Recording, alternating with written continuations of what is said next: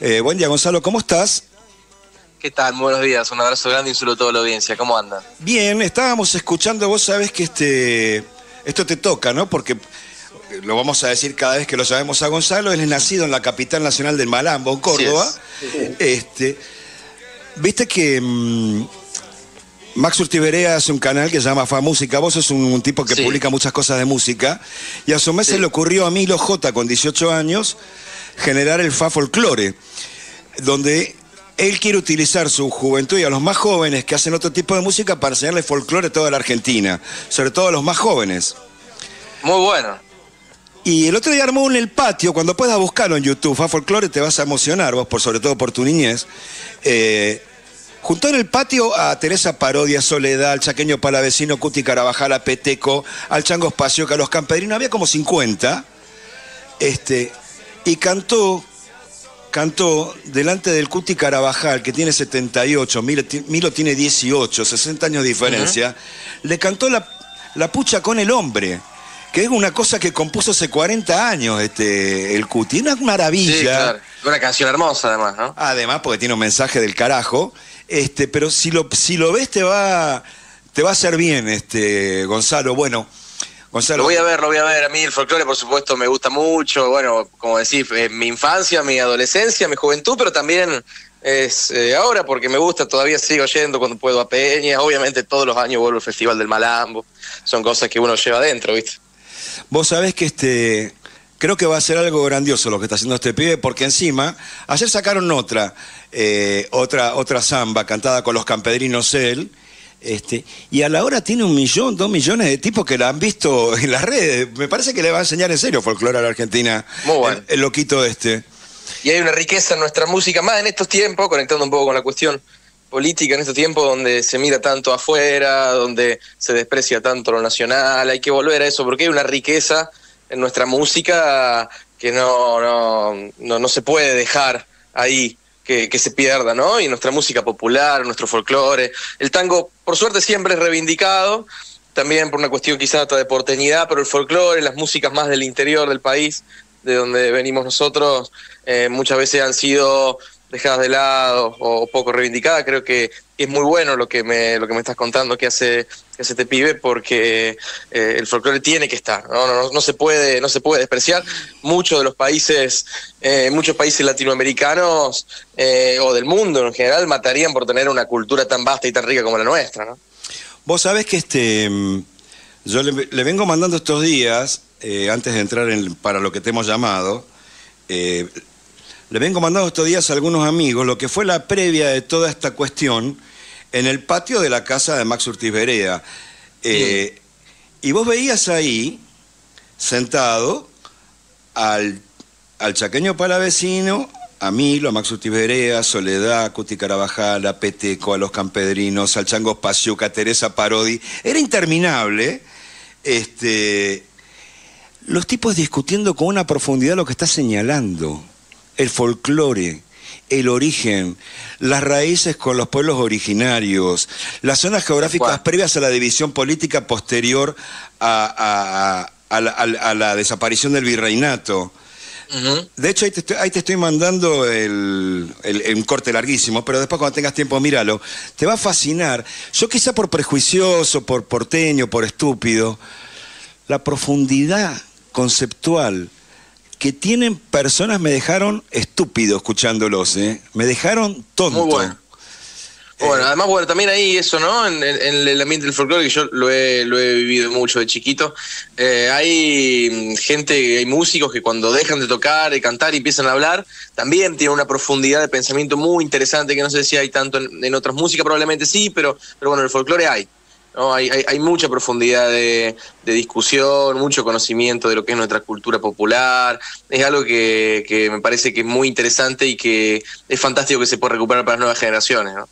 Gonzalo Ferevien es doctor en Relaciones Internacionales, sigue haciendo posgrados y maestrías. Llegó hace pocos días de Rusia, donde obtuvo una suerte de beca, corregime si estoy equivocado. Sí, así es. Pasaste unas semanas ahí estudiando justamente Relaciones Internacionales. 2 meses, sí. 2 meses en Rusia estuviste? Tuve 2 meses en Moscú, sí, estuve estudiando, escribiendo, haciendo una estancia postdoctoral, en realidad, estudiando, escribiendo y dando clases, dando charlas también, charlas, clases, participando como expositor en congresos de universidades en Rusia. Yo estuve principalmente en GIMO, que es el Instituto Estatal de Relaciones Internacionales de Moscú, vendría algo así, a ser algo así como la escuela diplomática rusa, y estudian los futuros diplomáticos. Y también estuve en otras universidades, en la Universidad Patrice Lumumba, en la Academia Rusa de Ciencias Sociales, etc. Bueno, Gonzalo Fiore tiene 34 ahora, ¿no tenés vos? 3. Cumplo 34 en julio. 33 años. Sí. Y nosotros lo llamamos esta vez producto de la agudización de todo el conflicto en Medio Oriente, el ataque de Israel a Irán, que está generando una escalada que nadie sabe dónde termina, el hecho de que Israel sigue ocupando el territorio palestino en Gaza, aparentemente hasta ocuparlo todo, pero fundamentalmente porque en el marco de todo esto estaba en Rusia mientras se desarrolla el conflicto de Rusia-Ucrania. ¿Cómo está ¿A cuántos minutos estamos de que rompan el juguete, Gonzalo? Gran pregunta. Mirá, la verdad uno no se puede predecir eso. Lo que sí se ve que claramente estamos en un contexto extremadamente impredecible y extremadamente complejo y volátil, ¿no? Estamos quizás a una mala decisión, un mal movimiento de que pase algo así. También es verdad que cada generación y en cada época parece que es la que le va a tocar ver cómo todo estalla, ¿no? Creo que también tenemos un poco esa sensación. Sin embargo, nosotros tenemos bastantes cosas para pensar que efectivamente puede ser ahora, ¿no? Porque lo que se ve realmente es terrible. Hoy el mundo está inmerso en una serie de conflictos aparentemente aislados, pero que si te pones a hilar fino hay cierta interconexión.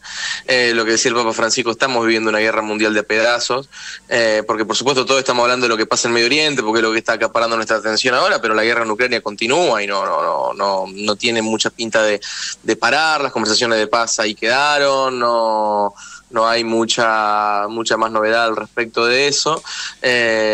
Una guerra terrible con cientos de miles, decenas de miles de muertos. Y a su vez tenemos conflictos en otras regiones del mundo también, y conflictos latentes que pueden estallar o no en cualquier momento. Entonces, si uno se pone a ver, el escenario es muy volátil, y yo te diría que estamos en un escenario muy parecido al de la previa a la Primera Guerra Mundial, ¿no? Donde tenés un montón de conflictos regionales estallando, un montón de conflictos regionales latentes y un montón de conflictos regionales sucediéndose, que después en algún momento terminan unificándose todos en uno grande. Entonces, y son más que tienen que ver más con cuestiones de reclamaciones territoriales, cuestiones históricas, y no tanto por modelos ideológicos en pugna, ¿no? Como fue la Guerra Fría o como fue la previa a la Segunda Guerra Mundial. Entonces, ahí tenés un contexto que absolutamente impredecible. No se sabe qué es lo que puede terminar siendo la chispa que estalle todo. La cuestión también que parece no haber posibilidad de las potencias, una de ellas está en un proceso de guerra con Ucrania, vos venís de ahí. Estados Unidos está devaluado aparentemente, para que lo escuchen en el mundo, o tuvo la mala idea de arancelar a todo el planeta en el momento de que había unos conflictos que por lo menos encuadrar. Sí, Trump, creo que de alguna manera, esa es también mi lectura, ¿no? Pero yo creo que Trump subestimó la situación y creyó que iba a ser mucho más fácil para él solucionar la cuestión, y bueno, claramente no lo es, claramente no lo es. Mucho más complejo de lo que él creía que iba a ser. Es un conflicto mucho más difícil de solucionar de lo que él creía, porque ninguna de las dos partes está dispuesta a ceder, ¿no? Ninguna de las partes está dispuesta a ceder, y para llegar a un acuerdo de paz en los términos que estaban proponiéndose, alguna de las dos tiene que ser alguna de sus reclamaciones, ¿no? ¿Cuál es la posibilidad de la diplomacia china en esto? Y no me refiero solamente a Rusia y Ucrania. Ahora estoy mucho más preocupado porque el ataque de Israel a Irán genera la devolución de Irán. Cualquiera que leyó la historia del imperio persa puede saber que los tipos no se entregan, y al mismo tiempo se le ocurre a Pakistán decirle a Israel que si le llega a poner un caño un poco más fuerte de lo necesario, Pakistán va a actuar sobre Israel. ¿En serio que está compleja la situación? ¿La diplomacia china tiene peso? Sí, tiene peso, pero te diría que en el mundo de hoy, de diplomacia china, sí, no tiene mucho más peso que el de Estados Unidos, porque hoy, mira, creo que hoy todos los países creen que pueden, básicamente, ¿no? Todos los países creen que no hay una gran policía mundial como lo fue Estados Unidos en las últimas décadas, o la Unión Soviética en su momento. Entonces, todos se lanzan a distintas aventuras. Parece que fue hace 1000 años, pero hace un mes tuvimos ahí casi un inicio de guerra entre India y Pakistán, entre dos potencias nucleares, donde hubo enfrentamiento, donde hubo bombardeo, ¿no? Entonces, hoy el mundo está volátil y creo que la diplomacia de las grandes potencias te diría que no tiene demasiado peso hoy.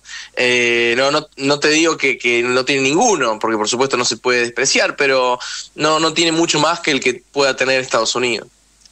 Tengo dos cuestiones que tienen que ver con lo local. Si tenés ganas las contestás, si no, podés contestar cualquier otra cosa. Raúl, presta atención a esto porque se va a poner divertido. Acto Día de la Bandera, presidente de la República, nuestro enemigo es Irán.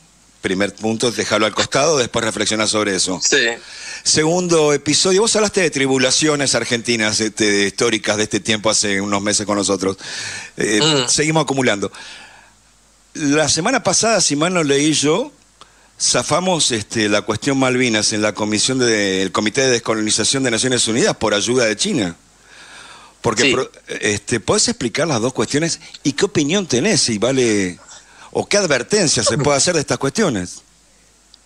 Bueno, primero, lo de la cuestión de Irán, no sé si merece demasiado la pena meterse, creo que son un poco de... a ver...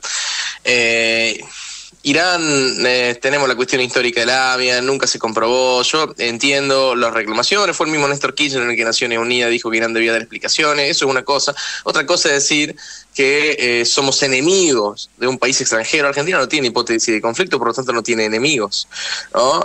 Ni siquiera decimos que somos enemigos de Gran Bretaña o de la OTAN y tienen parte de nuestro territorio ocupado, ¿cierto? Conectando con la cuestión Malvinas. Entonces me parece que es una locura ir en ese sentido, es meterse en un conflicto que no es nuestro, que no tenemos nada que ver, que no terminamos de entender, porque no estamos ahí, no entendemos la idiosincrasia del conflicto, no entendemos la diaria, no lo podemos palpar. Entonces es meterse gratis en un conflicto complejo del que absolutamente todos quieren escapar, ¿no? Y nadie se quiere involucrar, porque es realmente muy, muy complejo. Entonces... ¿qué decirte? No veo ningún sentido ahí, y no sé qué tan costoso puede terminar siendo eso en términos internacionales, diplomáticos. ¿Hay una sobreactuación del presidente cuando hace este tipo de cosas? Sí, claramente. Corresponde a una sobreactuación de un alineamiento total para con Israel, con los Estados Unidos, que es la política exterior que el gobierno ha decidido, pero creo que hay una sobreactuación donde nadie le pide tanto, ¿no? Y después, bueno, es interesante ver lo que pasó en Naciones Unidas, donde quienes terminan hablando a favor de Argentina son, escuchá, no solo China, sino que habla, bueno, Chile, Cuba, Bolivia y Venezuela, ¿no? Son los que terminan hablando de Naciones Unidas a favor de Argentina. Y bastante curioso, ¿no? Sí, Raúl, ¿tenés alguna inquietud que le quieras hacer a Gonzalo? No, le quería consultar, estuviste 2 meses en Rusia, bueno, en ámbitos académicos seguramente. ¿Se dice algo de la Argentina, de lo que pasa en la Argentina, o no existe el tema Argentina en el mundo? Poco. A mí, siendo argentino, me preguntaban algunas cosas, por supuesto, pero no está para nada en la agenda. Sí, todo el mundo sabe quién es Milei, o sea, en el ámbito académico al menos, por supuesto, todo el mundo sabe quién es. Y lo que a mí me preguntaban en las clases, en los congresos, en las conferencias, era por qué Argentina decidió no ingresar a BRICS y por qué tuvimos un cambio tan abrupto. Eso eran la mayoría de lo que me preguntaban y donde estaba el foco del interés de la mayoría de los rusos en la universidad. Más allá de eso no se habla mucho de Argentina. De todas maneras, bueno, la universidad está en Guimó, hay centros de estudios para absolutamente todo, ¿no? Claro. Por decirte que hay un centro de estudio Camboya, por ejemplo, hay un centro de estudios de los países del Sahel, hay un centro de estudio, por supuesto, también de Argentina, ¿no? Hay de todo, porque realmente es una universidad muy grande. Y donde van a ser los futuros diplomáticos. Por supuesto, los que van a ser diplomáticos en Argentina estudian ahí, en ese centro. Entonces, bueno, yo estuve ahí con ellos, y ellos sí tienen un interés bastante grande, pero en líneas generales, no tanto. Ahora, siendo sobre lo que preguntó Raúl recién, ¿entienden que los cambios de gobierno puedan determinar perder la posibilidad de integrar un bloque comercial? Les cuesta. Les cuesta entender eso, porque ellos están acostumbrados a cierta, por supuesto, estabilidad en el tema gobierno, pero además a cierta estabilidad en las políticas públicas, ¿no? Que va más